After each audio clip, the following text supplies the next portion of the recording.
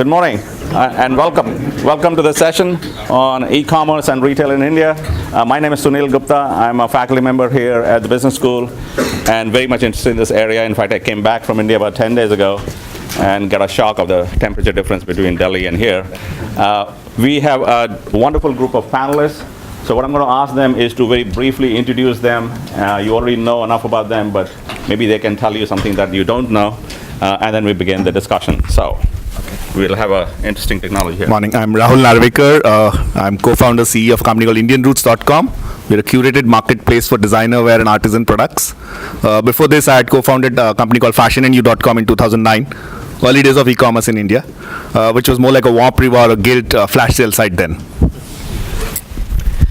Hi, I'm TT Ramgopal. I realized just between you and lunch, so we'll keep this exciting and interesting. I am with Google. I've been there for about 9 years and spent 3 of those years running Google India. And now I'm back in the US in Mountain View, responsible for shopping operations, which includes Google Shopping Express, which some of you hopefully have used. It's in 9 cities. And I'm excited to talk to you guys. I was just telling Professor here that I didn't get admitted at HBS, and now I'm here sitting right in front of the room. And so it's a great privilege, and thanks for having me here.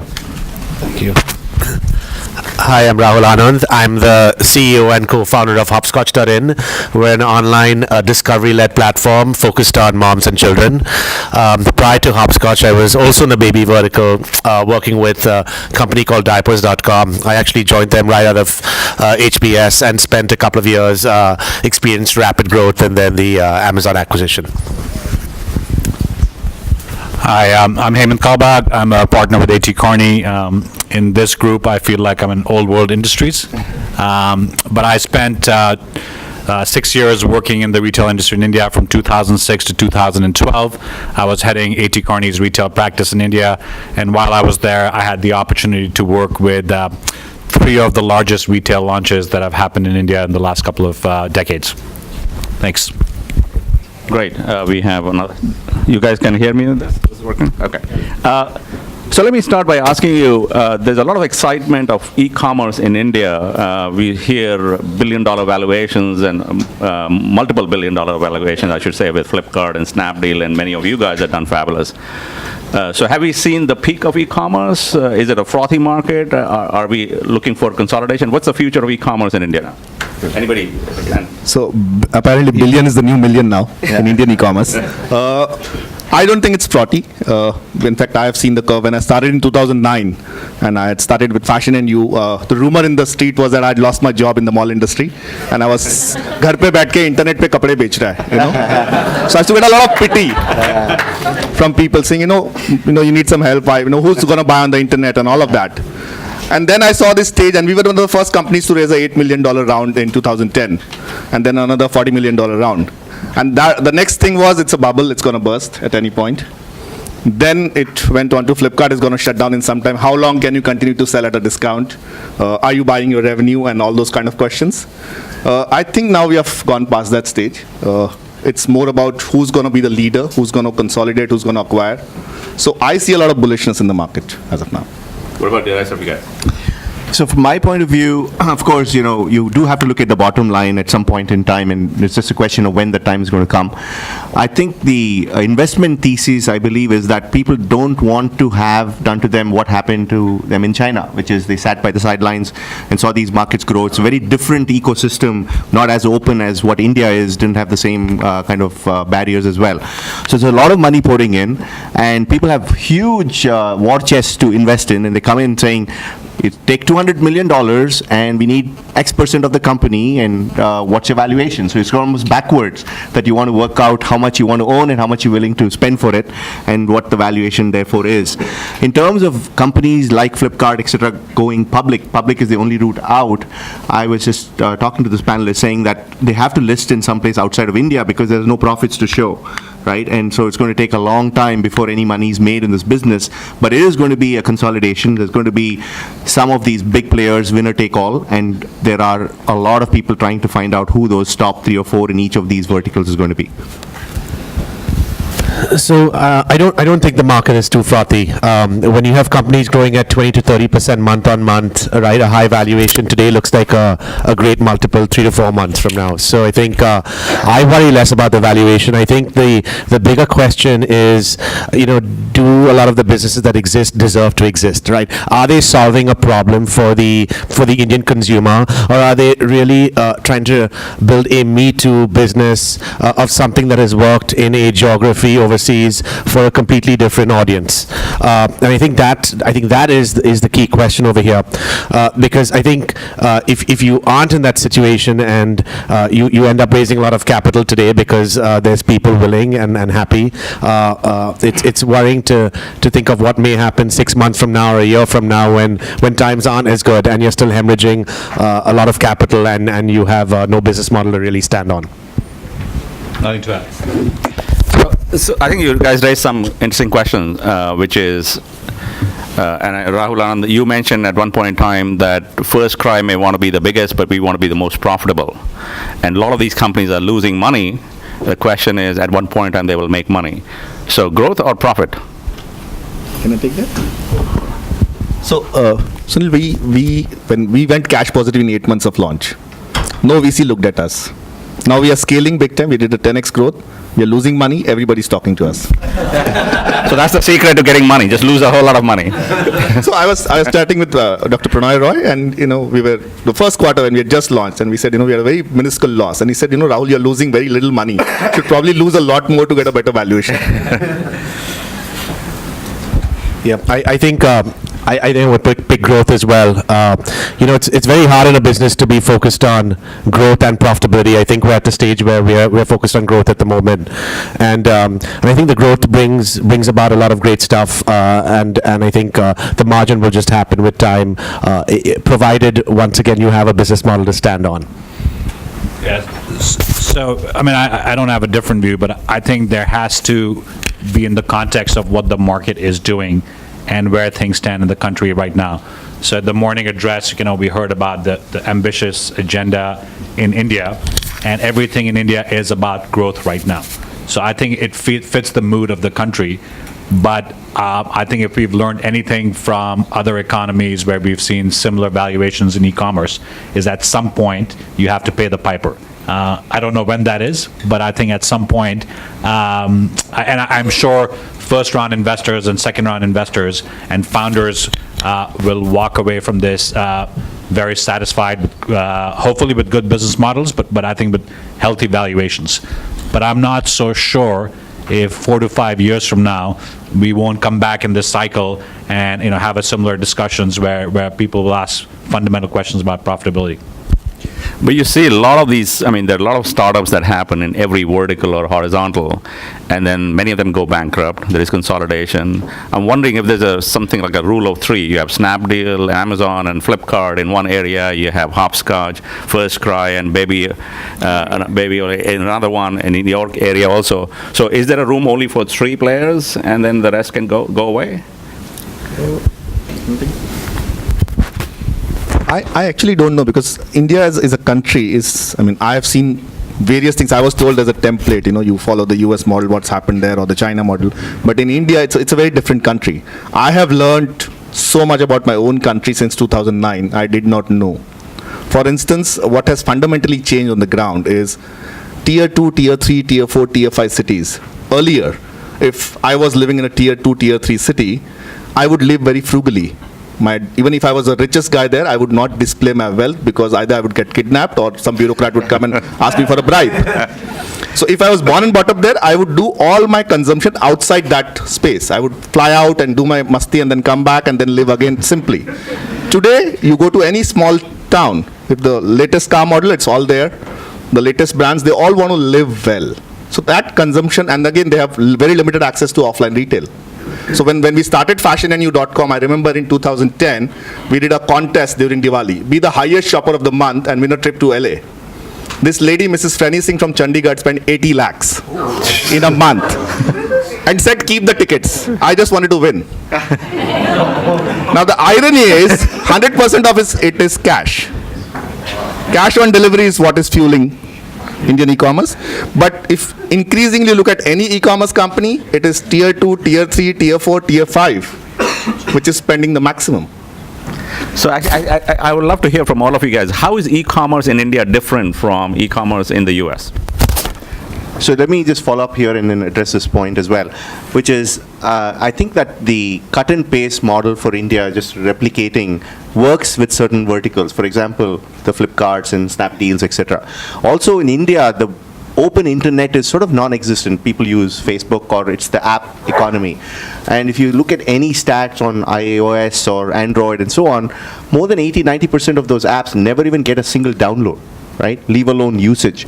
So for people to have an app-based ecosystem where they are aware of using it and using it regularly, I don't think there's space in a human's mind, leave alone on your phone, that can give the attention span to multiple different apps. So I think that itself will, in some level, show to me that there are going to be 2 or 3 brands and marketplaces, etc., that are going to survive, just the way the economy is, the app economy is flourishing in India.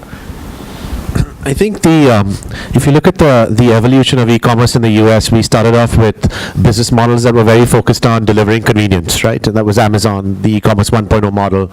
Build out your assortment, keep building it, and you see great performance. I think over time we've seen e-commerce 1.0 evolve, and you've got 2.0 and 3.0 models that are more focused and centered around discovery. I think in the Indian market, you've got a lot of convenience in your lifestyle anyway, right? You can pick up the phone, order anything you want, and you get delivery in 2 to 3 hours, right? Who cares about fast, free, prime shipping with 2-day delivery if you can get stuff in 3 hours?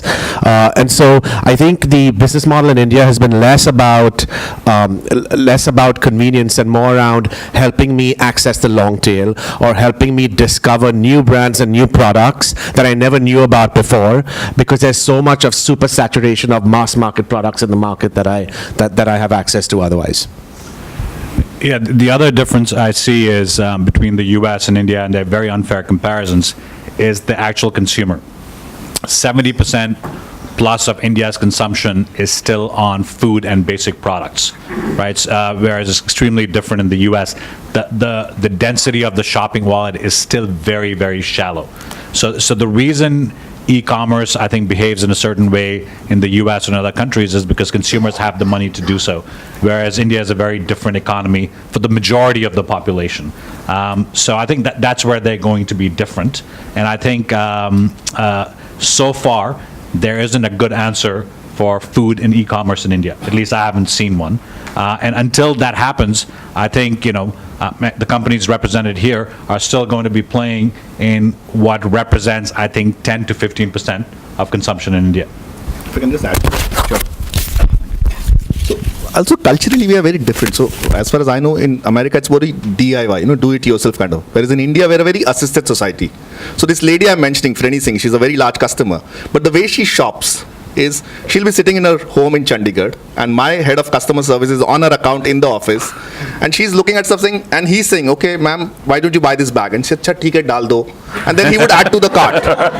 Now she's watching it, she can do it herself, but she wants that whole fuss around her where she's treated differently. Personal shopper.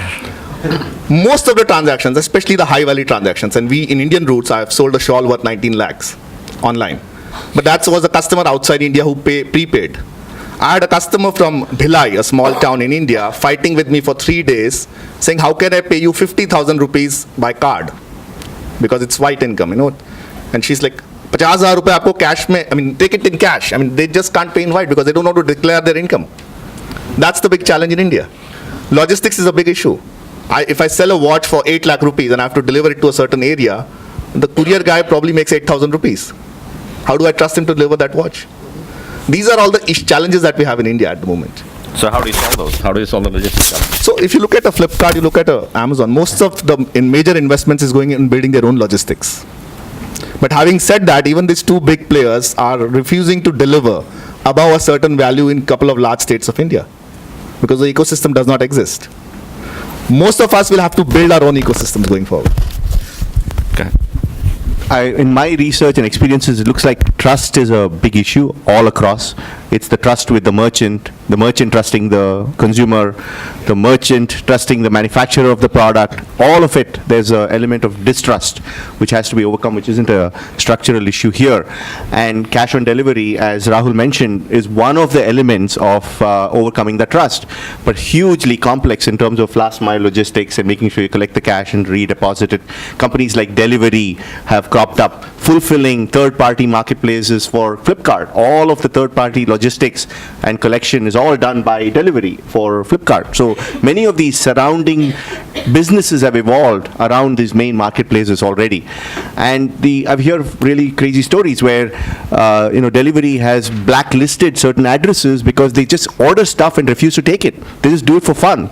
The delivery guy shows up with a refrigerator or whatever and says, I don't want it, take it back, right? So I think a lot of this happens, and so they've come up with a lot of smarts around which zip codes, which people are the ones scamming the system and working through it. So it's a hugely different problem from any other place. The other part is around marketplaces where they have merchants who are trying to distinguish themselves. There's no way to distinguish yourself unless you have a lot of clicks and transactions. So they pay people to buy stuff, they ship them nothing, and then they collect the money back, and you get a small transaction fee for doing this. The same as click fraud that used to happen that still happens on Google that we try to weed out. Those types of fraud and distrust is, I think, a little endemic today, and it needs to be overcome for the tax that we have to pay in e-commerce to become reduced and therefore probably make some money. So let's talk about one of the unique things about India is everybody has a mobile phone. They may not have broadband connection, but they certainly have mobile phone. So I'm sure you're seeing a lot of commerce happening on mobiles. So how is mobile commerce different from the desktop or laptop? Is it simply optimizing the site for the mobile phone, or is it something fundamentally different? So today, 70% of Flipkart's transactions happen on mobile. And I think in 6 months' time, they're saying they will completely go off desktop. And that's the same case for Amazon, for everybody. But the challenge in India is you don't have single-click checkout. Yeah. So every time I do a transaction, I have to put in my card number physically on the cell phone, wait for an SMS to come, which is a challenge.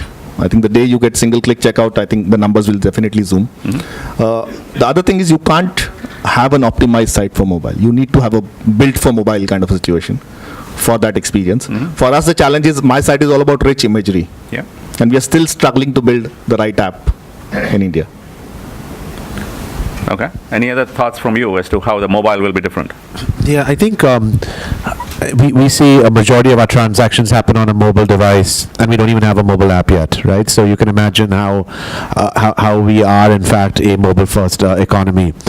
But I think what we find is there's a lot of people who tend to discover tons on their mobile phones, and there's still some amount of comfort that consumers have to simply transact on a desktop device, and so I think I think mobile is quickly taking the lead, but it's still being used disproportionately more for discovery than actual transactions. In terms of mobile, I think that there are other platforms evolving, so you can't think of it as an app itself or a mobile experience. It's around communication platforms have replaced, the role of apps. There's a article I read about this woman in Chandigarh who is selling products that are made in Calcutta, and all she does is she's part of a WhatsApp network, right? So she puts pictures on that application, and people actually buy paying cash from her. So she doesn't have a mobile site, doesn't do anything about curating and converting or doing any of the what we assume in the West are required for you to be in business. So I think it's completely changing. I believe it's not even going to be mobile first or mobile optimized or apps. It's going to be alternate ways of doing transactions for a lot of the commerce, which are very difficult for companies like Google to really figure out how to help and assist and monetize. And that's one of the big challenges that we struggle with. Okay. Many of the online companies are trying a hybrid model. So Warby Parker here has stores. Similarly, FirstCry has opened up stores. So what's your opinion about a hybrid model where do you need an offline presence as well? So for our model, we are still struggling. We think that because we sell high-end designer stuff, we should have stores of our own.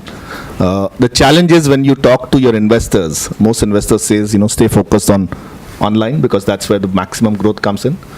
Don't get distracted. But I know for a fact that Reliance e-commerce, which wants to become the big daddy in this space, is looking at a hybrid model because they already have an infrastructure on the ground. A lot of offline players who are looking to come in. But in India, I don't think it's been done successfully. Like Future Group tried doing it, didn't work. So I think also, in my opinion, it requires a different mindset for you to do offline and do online. You can't have the same team working on both. So for us, it's still a struggle. I don't know. I think FirstCry is the one who's done it. I think. Yeah. So I think it is the team, right? If you're focused on building a cutting edge product and technology driven business, it's quite hard to now change the DNA of your organization and start to build offline stores, right? It's a completely different game. In a startup with resources as constrained as they are, it becomes even harder as you start to divvy up the people and capital resources that you have to deliver. I think I don't know about the nuts and bolts of the FirstCry business per se, but I think that there's a number of businesses that have been forced to go offline because their online businesses had no business of being around. And so that was more out of need and justification of existence than it was out of actually trying to make the omni-channel experience be a more coherent one. Just to add to that, the reason online is doing so well is because government is out of it. But the moment I go offline, I have to deal with government. I think it takes about, if I'm not mistaken, about 47 different permissions you need to take to set up a store. So do you want to waste your bandwidth doing that, or rather focus on what you're doing well? That's also one of the issues. It's been really puzzling. I've been working with the India sales team, and they have been really challenged in making the Chromas and other people who have significant store footprint, even Reliance Retail, which has over 2,000 stores. Flipkart has a higher turnover than Reliance Retail, right? So it's pretty astounding. But I think structurally what Rahul mentioned here is the biggest problem. This is for the offline going to online. There are just not the right incentives set up for people to do that. And I see that time and again globally, it's the same thing. People do what you inspect, not what you expect. So they're measured on certain footfalls in the store and how much per sales per associate and all of that, and they're unwilling to give up any of their advertising dollars. It happens here in Home Depot. The local regional store guy doesn't want to stop printing flyers, even though it's much, much more profitable to do online advertising. So this is not just a India alone phenomenon, it's the same thing even in developed markets. So maybe this is something for you and Hemant, which is how do you help the traditional retailers go online? I mean, you're dealing with all these guys who are trying to do e-commerce. Yeah, I mean, well, first of all, I think the traditional retailers are still trying to figure out how to be traditional retailers. I don't think they've figured that out. And all of this in the context of the broader market, this is still, the Kirana shops still dominate the market, right? So e-commerce today might be, 2% of the overall market. Having said that, I think what the comments made earlier were right. It's not the same business, so you have to organize yourself separately. I don't think you can have e-commerce be one of the divisions, just like you have, food and apparel, and so it has to be a separate business, and it has to have separate skill sets, and you have to figure out how it's going to coexist. But having spoken to several of the leading companies in India, I assure you all of them are thinking of a omni-channel play, and some of them are thinking about doing it organically, or some of them are looking at acquisitions. But I don't believe that any of the big players, and I would say that's Reliance, Tata, Future, Aditya Birla, and whatever Walmart is these days, I think they will all be in e-commerce in the next 24 months. And I think it'll be a big push for all of them, because I think they also see it not just as a driver of revenue, but I think they're seeing the valuations that they get in the market. So Titi, you're helping a lot of these guys here with the Google Shopping. What do you see as the opportunities and challenges in that? Yeah, so the opportunities, again, back to how some companies have completely transformed themselves. Walmart is a good example. You think of Walmart as pretty much a brick and mortar store in all of America. But Walmart has set up a huge focus on Walmart.com. There's an entire team in Silicon Valley. Walmart Labs is out there. They are very, very sophisticated in converting their retail inventory into data feeds. So one of the big challenges is how do you take inventory and reliably provide that to an online source like Google so that someone can search online and buy in store and have a good experience that is actually going to be there when you show up in the store. So that's one big thing, which is around data. So we have teams at Google that work with all these large retailers to convert different disparate databases, including store SKUs, and allowing them to be searched online and discovered online. The second part is attribution, right? And this is a really difficult challenge. So when you spend dollars on an online advertisement and someone looks at that ad and then walks into a store and buys that product, how do you know that that ad actually resulted in someone purchasing? There's a lot of technology. I could talk for another hour on that, but there's beacon technology, there's other attribution that Facebook and Google, others use, which is based on your identity and cookies and having third parties match that, which gives that attribution. But it's not yet reliable enough for people to want to shift their ad dollars from TV and local flyers onto online. So there's a huge cultural shift and mind shift that needs to happen, and it's a journey that's happening both in the US as well as in India. In some level, the companies like Flipkart, etc., don't have the shackles of it, so they're embraced this much, much easier. The others have 30, 40 years of legacy that they have to overcome. Also, we work with a lot of traditional retailers, so we give them microsites on our site. And I increasingly interact with all these guys, and the challenges of mindset. So I met this very large retailer who said, Rahul, need to discuss something privately with you. I have 20,000 likes on Facebook. Now what? What do I do with it? So they don't understand this space, A. We link a lot of the store inventory online, but unfortunately for a lot of retailers, when they give us inventory, and we are a marketplace, so once an order is placed, we turn back and say, okay, please send us the stuff. And in most cases, they said, oh, we have already sold it. Yeah. So all these things they're now learning. So for a lot of traditional retailers, they see all the valuations of a Flipkart and all that, they're all salivating. Yeah. But they are not able to understand how to bridge that as of now. Right. So let me open it up for questions from the audience. Yes, go ahead. My name is Neema. Could you speak up a little bit, sir? So I have a question for actually Rahul Narvekar. You did explain how the Indian consumers are slightly different, or rather a lot different. And I also see that the overheads for setting up a company is more because you could have a consumer saying just no to the product. But what if you try putting the US module into the Indian industry? Would it reduce the cost? What module are we talking about? When I say US module is more like just have credit cards or debit cards, no extra service.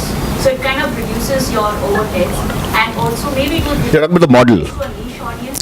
So I'll tell you what, when we started IndianRoots.com, for the first 8 months, we were not doing COD at all. And we were, of course, focused more on outside India at that time. But you look at it from the Indian consumer's point of view. Unfortunately for them, a lot of companies don't deliver on time. You have instances of you ordering an iPhone and you getting a soap bar, which has happened. Or an apple. Or an apple. Okay. So what from the consumer's mindset, what happens, and unfortunately when you buy through a credit card in India, if I buy on any site, whether it's a travel site or any of the sites, if the money is gone and there's some reason for a refund, it takes you a long time to get the money back. So in your mindset, you're saying, once I've given away the money in advance, I have no power. Okay. But if it's a COD, I have complete power. I've ordered. So typically what happens is Indian customers order from 3 sites. Whoever sends them first, they pay the cash and take it. The rest 2, they say no. We are Indians, right? So we find this is called jugaad. When we started off, because of the trust factor that TT mentioned, in Fashion we started with, we were the first ones to go with COD. 2 key reasons cash on delivery works in India is, one is the black economy, which nobody wants to declare that income. Second is the trust factor. But even till date, for a lot of Indians, it makes complete sense to do a COD model rather than credit card. Also, if now transactions are moving to mobile, try and inputting your card details onto a cell phone and then wait for an SMS. It's too much. You just press COD, it works fast.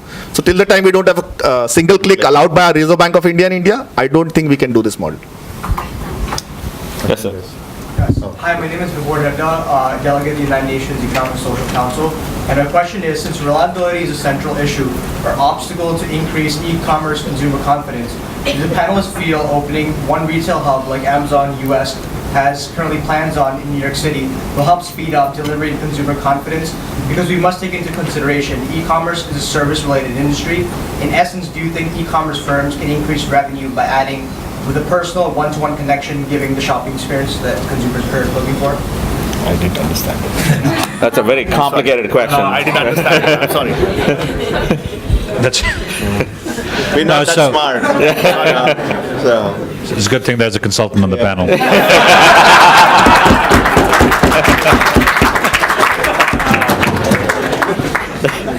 Now, I think the challenge in India has been that every company is trying to build everything on their own. There hasn't been enough collaboration. So you would think that there is a great opportunity for 3PLs to provide the kind of hub you're talking about, because no one has enough volumes on their own to justify the mega hubs that you really need to drive supply chain efficiency, and people are not collaborating to actually get there. So I think there's a great opportunity. I think there's a great opportunity, and I don't think it'll be company-driven. I think if anything, it'll be a third-party driven, but companies are still mistrusting of each other. We've talked to companies, but they don't want to share warehousing space with each other. It's not a source of competitive advantage. It helps everyone, but they don't want to share the space. So I think it'll happen, but I think it'll happen from someone like DHL or FedEx pressing that issue. I don't think it'll be a company like Amazon or Flipkart that'll make it happen in India. Yes, sir. Hi, my name is Jayesh. My question is more for, I guess, the two Rahuls. How much does the constraint in online infrastructure affect your growth? So earlier you alluded a little bit towards mobile and mobile shopping trends, but I see a lot of what you sell is probably curated, non-standardized products. Yes. So it's not a fridge. But It's not. in your case, I need to see like an HD picture of the actual product. Yes. And given people don't have good internet connections or 3G or 2.5G, how is that affecting your growth and how do you think about that? So my products are mostly essentially handcrafted products, which are like very expensive, and the image and the content is the key. So for us, the biggest challenge is how do you give that same experience onto a mobile phone, especially when connectivity is an issue. So we're all waiting for Reliance Jio to launch 4G sometime in 6 months, and then business will take off. in fact, at Google, we've done a lot of studies around the correlation between the speed of how results show up in user engagement and so on. And clearly, with internet speeds that are, like 1.5 Mbps, etc., that's what you're getting on the mobile phone, is just not even enough speed for a good search experience, leave alone a deep browsing experience, right? So that needs to get fixed before I think those immersive experiences can influence the purchasing pattern. Rahul, do you want to say something? So I think there's been tons of research done at Amazon about how, every microsecond of improvement of speed drives up conversion rates by, like 5-10 basis points, right? So, it's hard for us to imagine how tremendous the potential could be, but I'm sure it certainly exists from a broadband perspective. And yeah, we've all been waiting for 4G. I've been waiting for 4G since I launched Hopscotch 2.5 years back, but it's not there yet. I think from a payments perspective, again, right? There's more and more use now of a little bit of PCI compliance with the RBI, and so you can save your credit card number with a website, but you still need to put in the 3-digit code, and you still need to get the one-time password and then stick that in and complete the transaction. So it's quite painful, and therefore there's more people that opt for that opt for cash on delivery as opposed to credit card payments. And when that happens, the nature of relationship that you build with the consumer changes, right? Because when I've used my credit card today in the US, I have committed to buy that product, and that product's going to show up. Yes, I know I can return it, and most online retailers will make that very convenient. But in India, you haven't really confirmed that order until money changes hands and that delivery boy shows up at your house and you pass over the money, right? So again, here you have incremental rise in merchandise returns to the companies just because of the lack of being able to order quickly with a credit card. Yes, sir. I've mentioned in other panels, our firm is an India market entry specialist, and we bring international companies into India. It's a question, I think, for Hemant. One of our clients is a multi-brand retailer, young startup company owned by successful Indian entrepreneurs, friends of Desh's in Southern California. What I've come to understand, our research team in India, that as a multi-brand retailer, if they wanted physical stores, they'd need to have like $100 million net worth, a commitment to spend $50 million on resources in India, as opposed to online, you know, they can go in the front door more easily.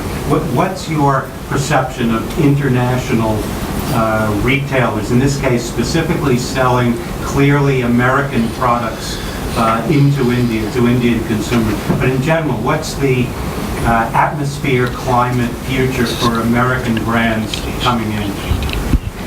Yeah, so I think part of your question is more of a legal answer, which is, I think, complicated. If it's a multi-brand retailer, they still cannot enter India on their own. So even with the regulation change, they still need a partner. For online or for physical? For physical stores, which is fairly complicated because you need to find a joint venture partner, and I think you can now get a majority ownership equity stake, but you still need a partner. Having said that, in my experience, if you are a global retailer and you're looking for growth, it's unlikely that you're going to find it in Europe. It's unlikely. China has a very complicated place right now. So there's very few countries where there's, I don't know, let's say India has 150 consumers. There's very few places where there's that many consumers. So despite the challenges that are structural, I think the market is so attractive that people will keep pushing and trying to figure it out. From the other side, which is, you know, if you're the person making the goods, I think Indian consumers are really hungry for new products, and I'm sure if you ask Rahul, he'll say he's had a huge amount of success because he's brought all of these unprecedented products into India that weren't earlier available, and I was actually a young parent in India and I couldn't find them. So I think there is a massive latent demand for global products. The problem with latent demand is you can't estimate it. You have to try it to find out, which means some will get it right, some won't, but you have to keep trying. But I don't see anyone shying away from India anytime soon. Okay, let's see. Yes, sir, at the back. Hi. So far I think we've talked about, you know, what are the changes that are required in the e-commerce industry in India to go forward, specifically in terms of the ecosystem. I would be interested in knowing your opinion about what would be the skill sets that would be required in order to effect this change, or just take this industry forward. Don't think that? I think the sad truth is a lot of those things that we're talking about are structural ones, right? Increasing bandwidth, you know, improving the regulations that the RBI outlines, right? They are they're not ones that unfortunately we can solve in the confines of Harvard Business School, as great as it is. So I think overall, from a talent and skill set perspective, the industry is growing really quick, right? And the ecosystem around it, from a talent perspective, is also growing by leaps and bounds. Many of the folks that today are experts in digital marketing or logistics had no clue about this industry 3 or 4 years back, right? And they're sort of learning as they go along. And so I think so long as companies continue to demonstrate strong growth and we continue to attract capital, the industry is going to grow way faster than the existing talent pool can provide for. And so if I had to give anyone, you know, a little bit of advice, I'd say, you know, find a function that you feel passionate about and then go chase it, right? Because there is a huge amount of potential in almost every which area within the realm of e-commerce that you could go pursue. But Rahul, let me ask you follow up. You went to HBS. What do you wish you had known before? What can we teach that you didn't learn at that point in time that will be useful for you? So I think in my case, I wish I had known that I wanted to be an entrepreneur in my career and not, you know, follow the herd and do private equity, right? So I did way too many of those courses that I no longer use today, and the ones that I found truly valuable are the ones centered around entrepreneurship. There was this class that a gentleman, Dan Eisenberg, used to teach called International Entrepreneurship. And I think it's now merged with TEM. But I think I think you get exposure to lots of different business plans that work in different geographies, and you realize that businesses are built to solve a need for a consumer, and transplanting those business plans sometimes work, and at times they don't, right? And I think those few courses that I took have really been incredibly helpful. So if I can add to that. Sure, please. So the challenge for most entrepreneurs in India when we are looking at hiring from an HBS or any is arrogance. You know? That's my biggest problem. And it's not true only for HBS, but even IIM Ahmedabad, where I take a few classes, is most of them come with a chip on their shoulder and think, okay, because I've learned this theory in class, I can come and teach you how to do your business. With startup, most startups, and this is my 5th startup in life, it's about reacting. Okay, most business plans, so when you do an Excel sheet, there's a lot of money in the Excel sheet. To get into your bank account is where your skill lies. Okay. Unfortunately, I get a lot of data crunchers who come and show me on an Excel sheet how to make money, but execution. So if you look at the e-commerce space, there is no rocket science. There is no difference between a Flipkart or an Amazon or an Indian Roots. It's how you execute. And that is where we have the biggest challenge when we hire, is you don't have execution capabilities. First, come and demonstrate your execution capabilities and think on your feet. I think that's the only thing you need in this space. Right. Yes, sir. Wonderful panel, Amit Kinodia, Indian Capital. What do you see in next year, 2 or 3 or 4 in India to solving the payment problem? The e-commerce, everything will be fine, the logistics will be fine, you have enough people. If we can resolve the payment issue, do you think some kind of e-currency or debit card currency will come in that we can reduce the cost? Because as you said, 18 lakh rupees or whatever, you don't want a peon boy to pick up that money for you. So the challenge is not payments. The challenge is the black market. Yeah. So unless culturally we are okay to declare our income, I meet people who have private choppers who argue with me to pay 50,000 by card.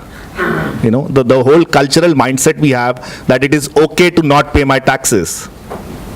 Unless we change that at a core level, Mauritius debit card for everybody. probably, I don't know, unless you change that at a fundamental level, I don't see this going away, you know. Okay. Let's take the last question. I'm looking at the time, so we have more time? Yeah, partial questions. We have about 8 minutes. We have 8 more minutes, so we can take a few more questions. Go ahead.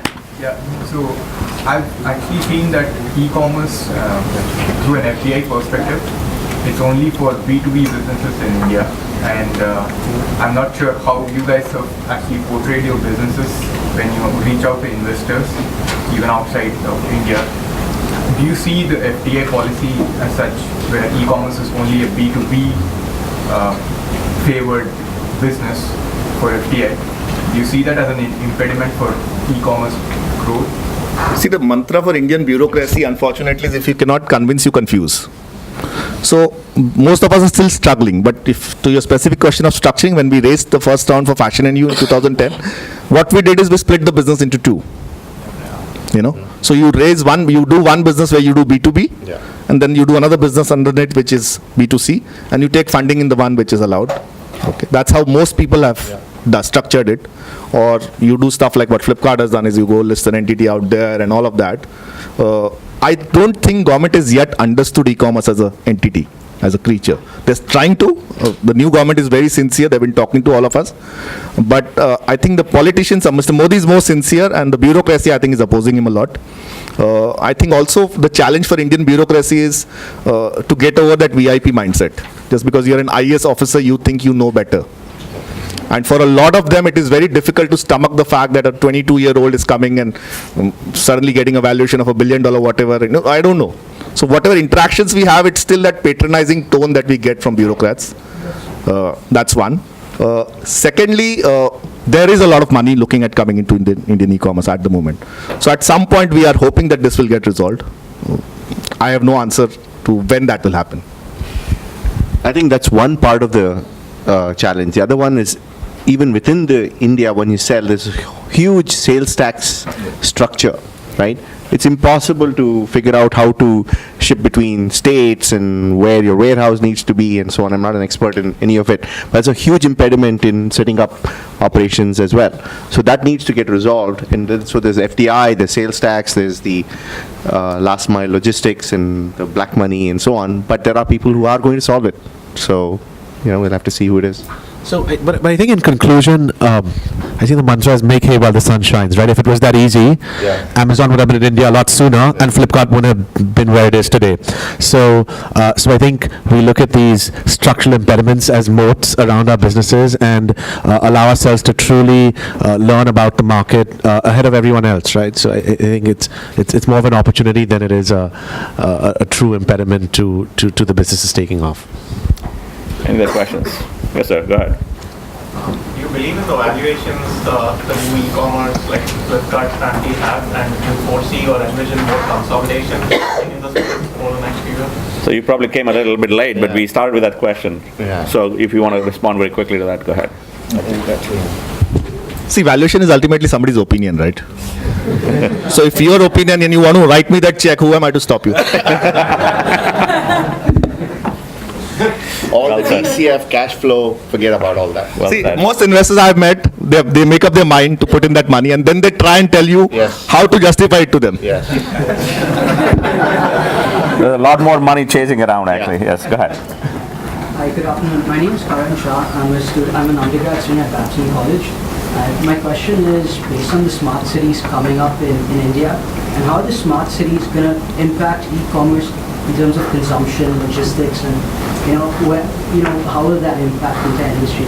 And the questions for everyone. I think honestly, by the time the smart cities come in, e-commerce will be at a different level. Okay, so it's a very hypothetical question. Having said that, right now we are still talking, and at the pace at which we implement and the actual city. So if you look at Greater Noida as an example, if you've heard, Greater Noida was projected to have a population we were still waiting. Unfortunately, in India, real estate investments primarily are driven by investors who don't intend to live there. Yeah. So if you go to Greater Noida, you'll see all those colonies. Almost 70-80% of them are still empty even after like 8-10 years. And I don't see any, in the near future, them getting populated. So even all those smart cities, they have to first get planned, then come up, and then get populated. By then, I think e-commerce will be much more evolved. So we don't need to worry on that. Go ahead. So you briefly referenced this earlier with alternate ways of payments, but how do you see the unorganized sector as playing a bigger role on the vendor side of e-commerce right now? See, India is mostly unorganized. And in Indian Roots, we work with a lot of artisans and other people. There are 2-3 kinds of unorganized players. One is, of course, what you call your mom and pop stores. Then you have a lot of regional brands who are very big in that particular region, but are not national players. Then you have genuine artisans who live in villages, who create products which are like you have a Bhagalpuri silk or your patola and all of that. The challenge in India today is most of the artisans are dying, because typically an artisan gets only 7% of the value at which his creation is sold. So I remember I'd gone to this small village in Bangalore and this artisan had created a beautiful statue. The statue is in Antila, Mr. Mukesh Ambani's $2 billion residence. Mr. Ambani apparently paid 40 lakhs for the statue. The artisan got 35,000 rupees. That is the challenge of artisan products in India. There are so many intermediaries. And typically these intermediaries will go to the artisan and give them money to buy the raw material or give them loan at high rates of interest and actually own them. And what happened was when all these schemes like Manrega and all came in where government was guaranteeing employment, all the children of these artisans said, if I have to get a minimum wage, I'd rather go and toil as a laborer rather than work on this art. So that's all dying right now. For a lot of regional brands, they see e-commerce as a big enabler. So we have this small store in Kolkata called Weaver Studio, which works with artisans. And they came online with Indian Roots. And Indra Nui is one of the largest customers of Weaver Studio because she loves to support them. E-commerce is an answer for such people to come on and talk to a global audience. Unfortunately, the challenge for most Indian artisan products is, as an Indian consumer, I'm very happy to pay a couple of lakhs for a handcrafted Italian bag. But I will not pay a couple of thousand for an artisan product from India because it's not flauntable. Indians buy luxury only for flaunt value, especially in India. So our auntie will pay 3 lakhs because the moment she puts a bag on the table, the whole room knows it's a 3 lakh rupee bag. The challenge is a handmade sari, which has the entire Ramayana hand painted on it. I'm struggling to sell it for 16,000 rupees. It takes 4 months for that sari to get created. But nobody wants to pay money for it. That's our challenge. You know, there's another panel, I think it's probably going on right now, where I met one of the panelists who works with the Snapdeals and Flipkarts, etc., to finance the vendors, right? So there is an ecosystem developing where vendors don't have the capital wherewithal to produce the products to sell on it. And there's a vested interest both for these financiers as well as the marketplaces to support that ecosystem. So that's evolving as well, and it isn't at this cutthroat rates of 50% interest per month and so on. It's a much, much more microfinancing, socially responsible angle to it, and you know, you should definitely try to find him and talk to him about it. So when we launched Hopscotch, we thought we were going to bring all these fancy American brands to consumers in India, right? And you know, we had our learnings there. But I think one of the really interesting things that we found was that there's a ton of really great brands in India that are launched by what we call mompreneurs, right? Women at home, they've had a child, they've realized a gap in the market, and they start to develop their own line for girls' dresses or for hair accessories, for instance, and they make great merchandise. So one of our challenges, is how do we give some of these smaller vendors a great retail platform and marketing to build awareness across the country.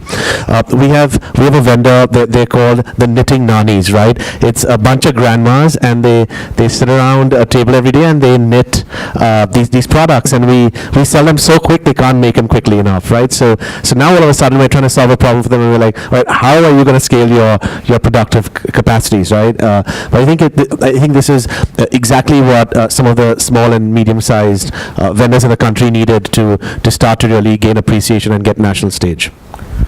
So I know we could have lots of more discussion, but we are out of time. So I want to thank my panelists for a wonderful discussion. So thank you very much.